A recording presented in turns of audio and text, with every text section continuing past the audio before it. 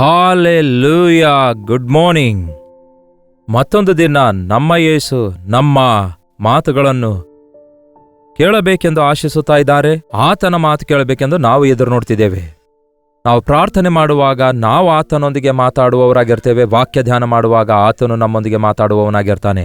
ಅದಕ್ಕಾಗಿಯೇ ವಾಕ್ಯ, ಬೈಬಲ್ ಧ್ಯಾನ, ಹಾಗೆಯೇ ಪ್ರಾರ್ಥನೆ ಇವೆರಡೂ ಬಹಳ ಅವಶ್ಯಕವಾಗಿವೆ. ಪ್ರತಿದಿನ ದೇವರ ವಾಕ್ಯವನ್ನು ನಿಮ್ಮಷ್ಟಕ್ಕೆ ನೀವೇ ಓದಿಕೊಳ್ಳಿರಿ.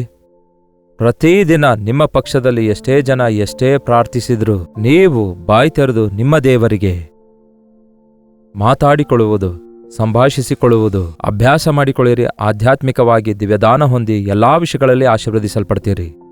ಪ್ರಾರ್ಥನೆ.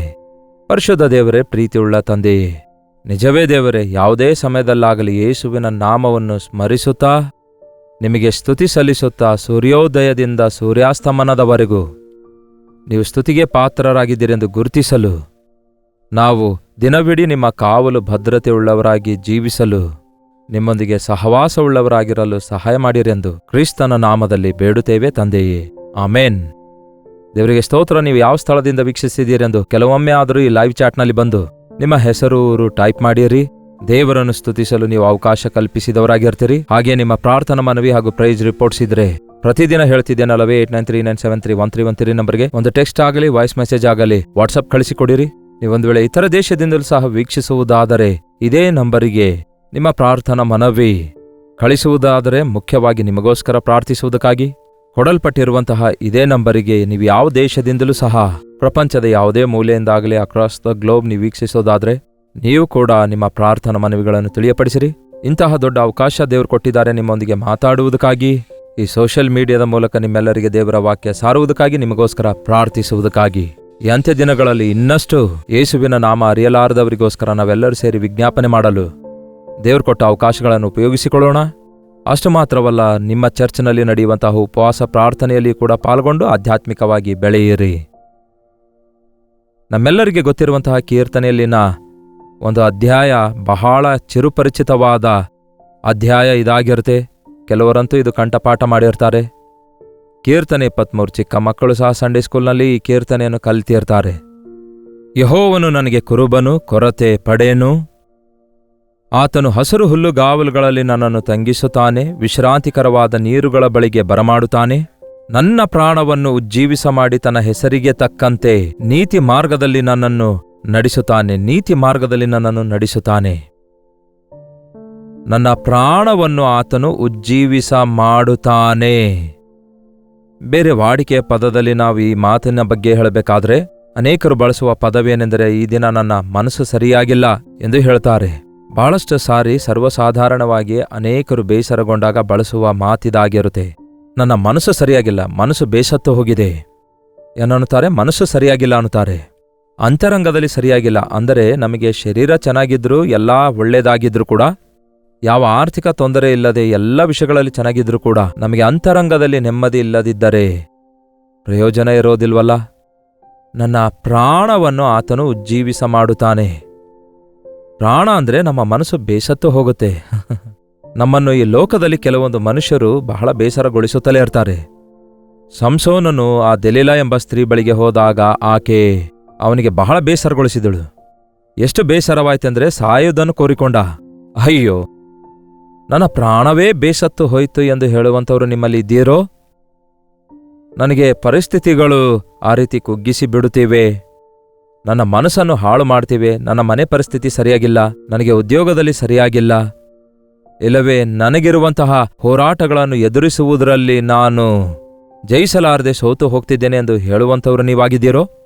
ನಿಜವೇ ಪ್ರಿಯರೇ, ಬೆಳಗ್ಗೆ ನಾವು ಎದ್ದಾಗ ಬಹಳ ಆಕ್ಟಿವ್ ಆಗಿರ್ತೇವೆ. ನೀವು ಸರಿಯಾಗಿ ನಿದ್ದೆ ಮಾಡದಿದ್ರೆ ಬೆಳಗ್ಗೆಯೂ ಕೂಡ ಬಹಳಷ್ಟು ಜನ ಸುಸ್ತಾಗಿರ್ತಾರೆ.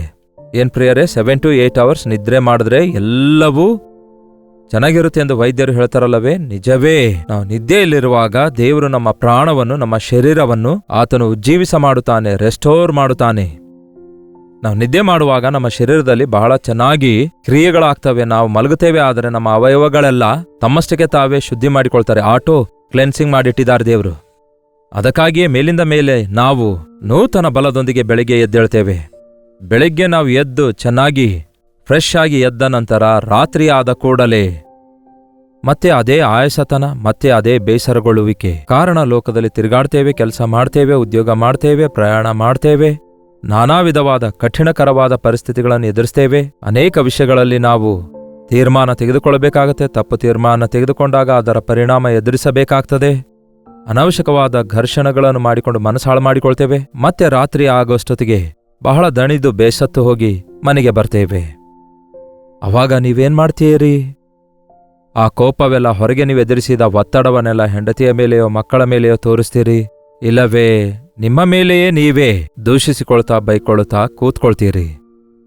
ಆದರೆ ನೀವು ಪ್ರಶಾಂತವಾಗಿ ದೇವರ ಸನ್ನಿಧಿಯಲ್ಲಿ ಕೂತ್ಕೊಂಡು ಮೌನವಾಗಿ ಆತನ ಸನ್ನಿಧಿಯಲ್ಲಿ ಕೂತ್ಕೊಳ್ಳುವುದಾದರೆ ಆತನು ನಿಮ್ಮ ಪ್ರಾಣವನ್ನು ಉಜ್ಜೀವಿಸ ಮಾಡುತ್ತಾನಂತೆ.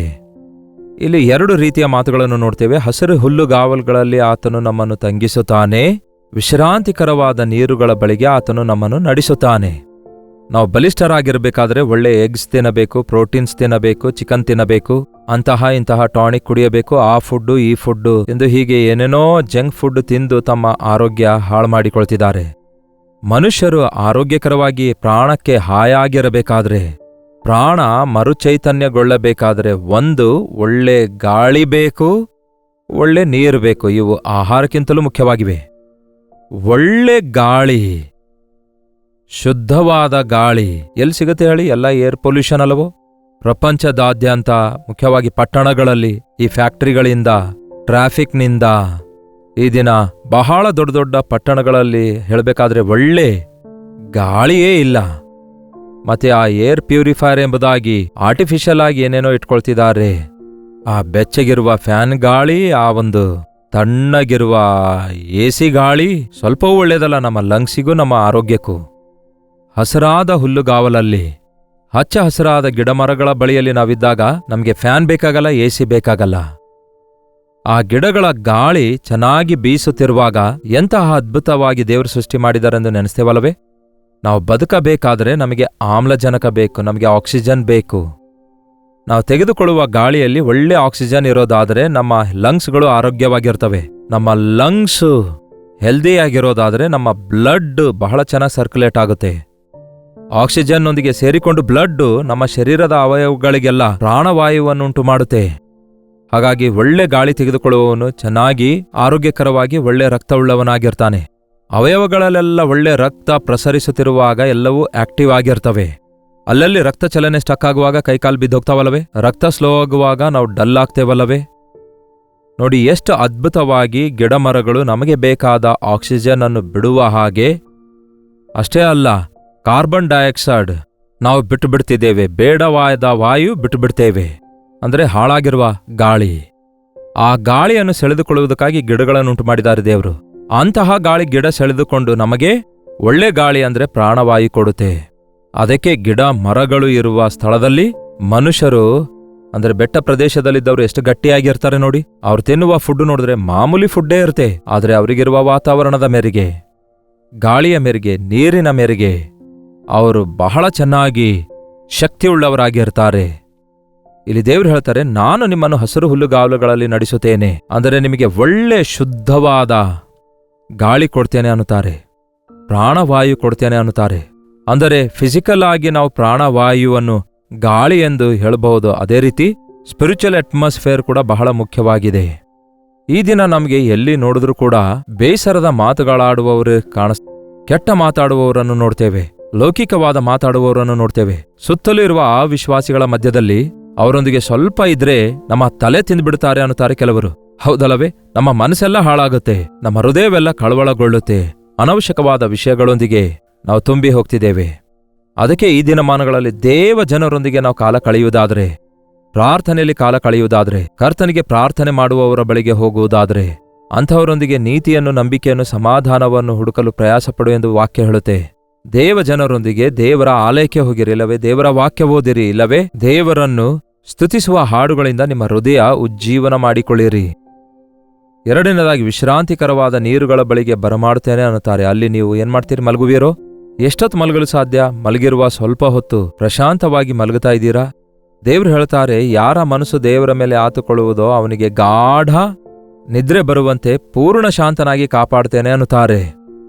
ಗಾಢ ನಿದ್ರೆ ಮಾಡುವವರಾಗಿರ್ತೇವೆ ಪ್ರಿಯರೇ. ಕರ್ತನು ನಮಗೆ ಆ ಮನಃಶಾಂತಿಯನ್ನು ಕೊಡುವಾಗ, ಆತನ ಮೇಲೆ ನಂಬಿಕೆ ಇಟ್ಟಾಗ, ನಮ್ಮ ಭಾರವನ್ನೆಲ್ಲ ಆತನ ಮೇಲೆ ಹಾಕಿದಾಗ ಪ್ರಶಾಂತವಾಗಿ ನಿದ್ರೆ ಮಾಡ್ತೇವೆ. ಎರಡನೇದಾಗಿ, ವಿಶ್ರಾಂತಿಕರವಾದ ನೀರುಗಳ ಬಳಿಯಲ್ಲಿ ನಮ್ಮನ್ನು ನಡೆಸುತ್ತಾನೆ. ಶುದ್ಧವಾದ ನೀರು. ನೋಡಿರಿ, ನಮ್ಮ ಶರೀರದೊಳಗೆ ಬಹಳಷ್ಟು ಶೇಕಡರಷ್ಟು, ಅಂದರೆ 70% ನೀರೇ ಇದೆ. ಆ ನೀರು ಸರ್ಕ್ಯುಲೇಟ್ ಆಗೋದರಿಂದಲೇ ಲುಬ್ರಿಕೇಶನ್ ಉಂಟಾಗುತ್ತೆ. ನಾವು ಆರೋಗ್ಯಕರವಾಗಿರಬಲ್ಲೆವು. ನೋಡಿ, ಈ ದಿನ ಒಳ್ಳೆ ನೀರು ಸಿಗೋದಿಲ್ಲ, ಒಳ್ಳೆ ನೀರು ಕೊಂಡ್ಕೊಳ್ಬೇಕು. ಜನರು ಒಳ್ಳೆ ನೀರು ಕುಡಿಯೋದಿಲ್ಲ.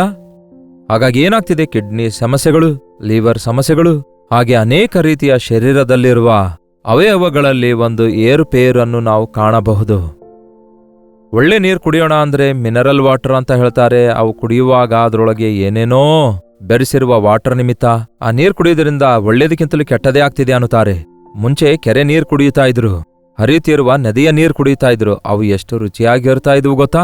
ನಾನು ನೀಲಗಿರಿಸ್ ಬೆಟ್ಟದ ಬುಡಕಟ್ಟು ಜನರ ಮಧ್ಯದಲ್ಲಿ ಸೇವೆ ಮಾಡುವಾಗ ಅಲ್ಲಿ ಬಾವಿಗಳಾಗಲಿ ವಾಟರ್ ಬಾಟಲ್ಸ್ ಆಗಲಿ ಎಲ್ಲೂ ಸಿಗ್ತಿರ್ಲಿಲ್ಲ. ಅಲ್ಲಿ ಗಂಗಾ ನದಿಯೋ ಅಥವಾ ಭವಾನಿ ಸಾಗರ ಯಾವುದೋ ಇತ್ತು. ಭವಾನಿ ಸಾಗರನಿಂದ ನೀರು ಬಂಡೆಗಳ ಮಧ್ಯದಿಂದ ಹರ್ಕೊಂಡು ಹೋಗ್ತಿದ್ವು. ಆ ನೀರು ಹೋಗಿ ವಾಟರ್ ಬಾಟಲಲ್ಲಿ ಹಿಡ್ಕೊಂಡ್ರೆ ಅವು ಎಷ್ಟು ಕ್ಲಿಯರ್ ಆಗಿರ್ತಿದ್ವು ಗೊತ್ತಾ? ಎಷ್ಟೋ ರುಚಿಯಾಗಿರ್ತಾ ಇದ್ವು. ಹರಿಯುತ್ತಿರುವ ನೀರು ಫಿಲ್ಟರ್ ಆಗ್ತಾ ಇದ್ವು. ಇಲ್ಲಿ ದೇವ್ರು ಹೇಳ್ತಾರೆ, ವಿಶ್ರಾಂತಿಕರವಾದ ನೀರುಗಳ ಬಳಿಗೆ ನಾನು ನಿಮ್ಮನ್ನು ನಡೆಸುತ್ತೇನೆ ಅನ್ನುತ್ತಾರೆ. ಏನಂತೆ? ನಡೆಸುತ್ತೇನೆ. ಒಳ್ಳೆ ಗಾಳಿ, ಒಳ್ಳೆ ನೀರು. ಒಳ್ಳೆ ನೀರು ಕುಡಿಯುವಾಗ ನಮಗೆ ಆರೋಗ್ಯ ಸಿಗುತ್ತೆ. ಈವನ್ ಈ ದಿನಗಳಲ್ಲಿ ಪ್ಲಾಸ್ಟಿಕ್ ಬಾಟಲ್ನಲ್ಲಿ ಬರುವಂತಹ ನೀರಿನ ನಿಮಿತ್ತ ಪ್ಲಾಸ್ಟಿಕ್ ಶರೀರದೊಳಗೆ ಹೋಗ್ತದಂತೆ. ಅದರಿಂದಲೇ ಕಿಡ್ನಿ ಸಮಸ್ಯೆಗಳು, ಗಾಲ್ ಬ್ಲಾಡರ್ ಸಮಸ್ಯೆಗಳು ಮತ್ತು ಜೀರ್ಣಕೋಶ ಸಮಸ್ಯೆಗಳಾಗ್ತಿವೆ ಎಂದು ಅಂದಾಜಿಸಲಾಗಿದೆ. ಯಾವಾಗ ನಮ್ಮ ಹೊಟ್ಟೆ ಸರಿಯಾಗಿರೋದಿಲ್ಲವೋ ನಮ್ಮ ಮನಸ್ಸು ಸರಿಯಾಗಿರಲ್ಲ. ನಿಮಗೆ ಗೊತ್ತಲ್ಲವೇ, ಹೊಟ್ಟೆ ನೋವು ಅನುಭವಿಸುವವರು ಅವರಿಗೆ ಹೊಟ್ಟೆ ನೋವು ಬಂದಾಗ ಪ್ರಶಾಂತವಾಗಿರ್ಲಿಕ್ಕಾಗುತ್ತೋ? ಶರೀರದಲ್ಲಿ ಎಲ್ಲೋ ಒಂದು ಭಾಗದಲ್ಲಿ ನೋವಾದ್ರೆ ಅಯ್ಯಯ್ಯೋ ಅನ್ಬಹುದಾದ್ರೆ ಹೊಟ್ಟೆ ನೋವು ಕೇಂದ್ರವಾಗಿರೋದ್ರಿಂದ ಮನುಷ್ಯ ಏನು ಮಾಡ್ಲಿಕ್ಕಾಗಲ್ಲ. ಇಲ್ಲಿ ದೇವ್ರು ಹೇಳ್ತಾರೆ, ನಾನು ನಿಮಗೆ ಉಜ್ಜೀವಿಸ ಮಾಡುತ್ತೇನೆಂದು. ನಾನು ನಿಮಗೆ ಜೀರ್ಣಿಸಿಕೊಳ್ಳುವ ಶಕ್ತಿ ಕೊಡ್ತೇನೆ, ಒಳ್ಳೆ ನೀರು ಕೊಡ್ತೇನೆ ಅನ್ನುತ್ತಾರೆ. ಒಳ್ಳೆಯ ವಾಟರ್ ನಮ್ಮ ಶರೀರಕ್ಕೆ ಯಾವಾಗಲೂ ಒಳ್ಳೆಯದು ಪ್ರಿಯರೇ. ಒಳ್ಳೆ ವಾಟರ್ ನಮಗೆ ಚೆನ್ನಾಗಿ ಕ್ಲೆನ್ಸಿಂಗ್ ಮಾಡುತ್ತೆ ಗೊತ್ತಾ? ಆ ನೀರಿನಿಂದಲೇ ನಾವು ತೊಳೆದುಕೊಳ್ತೇವೆ. ಏನೇ ಹೊಲಸಾದಾಗ ನೀರಿನಿಂದ ನಾವು ತೊಳ್ಕೊಂಡ್ರೆ ಶುದ್ಧವಾಗ್ತದಲ್ಲವೇ? ನೋಡಿ, ಎಷ್ಟು ಅದ್ಭುತವಾಗಿ ದೇವರು ನಮಗೋಸ್ಕರ ನೀರನ್ನು ಸಿದ್ಧಪಡಿಸಿಟ್ಟಿದ್ದಾರೆ, ಗಾಳಿಯನ್ನು ಸಿದ್ಧಪಡಿಸಿಟ್ಟಿದ್ದಾರೆ, ಆಕಾಶ ಭೂಮಿ ಸಿದ್ಧಪಡಿಸಿಟ್ಟಿದ್ದಾರೆ. ಮಾನವನಿಗೆ ಅವಶ್ಯಕವಾದ ಪ್ರತಿ ಖನಿಜವನ್ನು, ಪ್ರತಿಯೊಂದು ಮಿನರಲ್ಸ್ಗಳನ್ನು, ಪ್ರತಿಯೊಂದು ಆಹಾರವನ್ನು ಉಂಟು ಮಾಡಿದ ನಂತರವೇ ಮನುಷ್ಯನಿಗೆ ಉಂಟು ಮಾಡಿದ್ರಂತೆ. ಮನುಷ್ಯನಿಗಾಗಿ ಎಲ್ಲವನ್ನು ಸಿದ್ಧ ಮಾಡಿದ ನಂತರ ಮನುಷ್ಯನನ್ನ ದೇವರುಂಟು ಮಾಡಿದ್ರಂತೆ. ಆ ದೇವರಿಗೆ ಎಲ್ಲವೂ ಗೊತ್ತು, ಯಾವಾಗ ಯಾವುದು ನಮಗೆ ಬೇಕು, ಯಾವುದು ಅವಶ್ಯಕವಾಗಿದೆ ಎಂದು. ಅದಕ್ಕಾಗಿಯೇ ಈ ದಿನ ದೇವರ ಕೈಗೆ ನೀವು ಒಪ್ಪಿಸಿಕೊಡೋದಾದರೆ ನೀವು ಸ್ವತಃ ಓಡೋಡಿ ಹೋಗಿ ಏನೇನೋ ಮಾಡುವ ಅಗತ್ಯವಿರಲ್ಲ. ನೀವೇ ಏನೋ ಮಾಡಿ ಆಯಾಸಗೊಂಡು ದಣಿದು ಕುಗ್ಗಿ ಹೋದ ಪರಿಸ್ಥಿತಿಯಲ್ಲಿ ಬಿದ್ದು ಹೋಗುವ ಅಗತ್ಯವಿಲ್ಲ. ಬದಲಿಗೆ ಆಯಾ ದಿನಕ್ಕೆ ತಕ್ಕಂತೆ ಆತನ ಪಾದಗಳ ಬಳಿಗೆ ಹೋಗಿ ನಿಮ್ಮ ಸಮಸ್ಯೆ ಹೇಳಿಕೊಂಡ್ರೆ, ನಿಮ್ಮ ಬೇಸರತನವನ್ನು, ನಿಮ್ಮ ಪ್ರಯಾಸವನ್ನು, ನಿಮ್ಮ ಬಾಧೆಯನ್ನು, ದುಃಖವನ್ನು ಮೊಳಕಾಲೂರಿದವರಾಗಿ ಕರ್ತನಿಗೆ ಹಂಚಿಕೊಳ್ಳೋದಾದರೆ ಆತನು ಸಂತೈಸುತ್ತಾನೆ. ನಿಮಗೆ ನೂತನ ಬಲ ಕೊಡ್ತಾರೆ. ಯೆಹೋವನನ್ನು ನಿರೀಕ್ಷಿಸುವವರು ಧನ್ಯರು, ಅಂಥವರು ನೂತನ ಬಲ ಹೊಂದುವರು. ಹೌದು ಪ್ರಿಯರೇ, ಆಯಾಸಗೊಂಡಾಗ, ದಣಿದಾಗ, ಕುಗ್ಗಿ ಹೋದಾಗ ಇನ್ನು ನನ್ನ ಕತೆ ಮುಗಿದೋಯ್ತು, ಐ ಆಮ್ ಡನ್, ನಾನೀಗ ಏನು ಮಾಡ್ಲಿಕ್ಕಾಗಲ್ಲ ಎಂಬ ನಿರುತ್ಸಾಹದ ಸಮಯದಲ್ಲಿ ದೇವರ ಕಡೆಗೆ ದೃಷ್ಟಿಸಿ ನೋಡ್ರಿ. ಆತನು ನಿಮಗೆ ನೂತನ ಬಲ ಕೊಡ್ತಾನೆ. ಆತನೇ ನಿಮಗೆ ಉಜ್ಜೀವಿಸ ಮಾಡುತ್ತಾನೆ. ನಿಮ್ಮ ಮನಸ್ಸಿಗೆ ಪ್ರಶಾಂತತೆಯನ್ನು ಕೊಡ್ತಾನೆ. ನಿಮ್ಮ ಶರೀರಕ್ಕೆ ಆರೋಗ್ಯ ಕೊಡುತ್ತಾನೆ. ನಿಮ್ಮ ಮುಖಾಂತರ ದೇವರು ತನ್ನ ಪ್ರಣಾಳಿಕೆಗಳನ್ನು ನೆರವೇರಿಸ್ತಾರೆ. ಪ್ರಾರ್ಥನೆ. ಪರಿಶುದ್ಧ ದೇವರೇ, ಪ್ರೀತಿಯುಳ್ಳ ತಂದೆಯೇ, ನಿಮಗೆ ವಂದನೆಗಳು. ಅನೇಕ ಸಾರಿ ದೇವರೇ, ನಾವೇ ನಮ್ಮ ಸಾಮರ್ಥ್ಯದಿಂದ ಏನಾದರೂ ಸಾಧಿಸಬೇಕೆಂದು ಪ್ರಯತ್ನಿಸ್ತೇವೆ. ಕೃತಕವಾದವುಗಳಿಂದ ನಮ್ಮ ಮನಸ್ಸಿಗೂ ಶರೀರಕ್ಕೂ ಆರೋಗ್ಯಕ್ಕೂ ಚೆನ್ನಾಗಿಟ್ಕೊಳ್ಬೇಕೆಂದು ಪ್ರಯತ್ನಿಸ್ತಿದ್ದೇವೆ ಹೊರತು, ಒಳ್ಳೆ ಕುರುಬನಾಗಿ ನೀವು ನಮ್ಮನ್ನು ರಾತ್ರಿ ಹಗಲು ಕಾಯುತ್ತಾ ಇದ್ದೀರೆಂಬುದನ್ನು, ನಮ್ಮ ಅವಶ್ಯಕತೆಗಳನ್ನೆಲ್ಲ ತೀರಿಸುತ್ತಾ ಇದ್ದೀರೆಂದು, ನಮಗೆ ಬೇಕಾದ ಶ್ರೇಷ್ಠವಾದ ಆಹಾರವನ್ನು ಕೊಡಬಲ್ಲ ದೇವರಾಗಿದ್ದೀರೆಂದು, ಆಕಾಶ ಪಕ್ಷಿಗಳನ್ನು ಪೋಷಿಸುವ ನೀವು ನಮ್ಮನ್ನು ಪೋಷಿಸುತ್ತೀರೆಂದು, ನಮ್ಮನ್ನು ಉಜ್ಜೀವಿಸ ಮಾಡುವಿರಿ ಎಂದು ನಾವು ನಂಬುತ್ತಿದ್ದೇವೆ.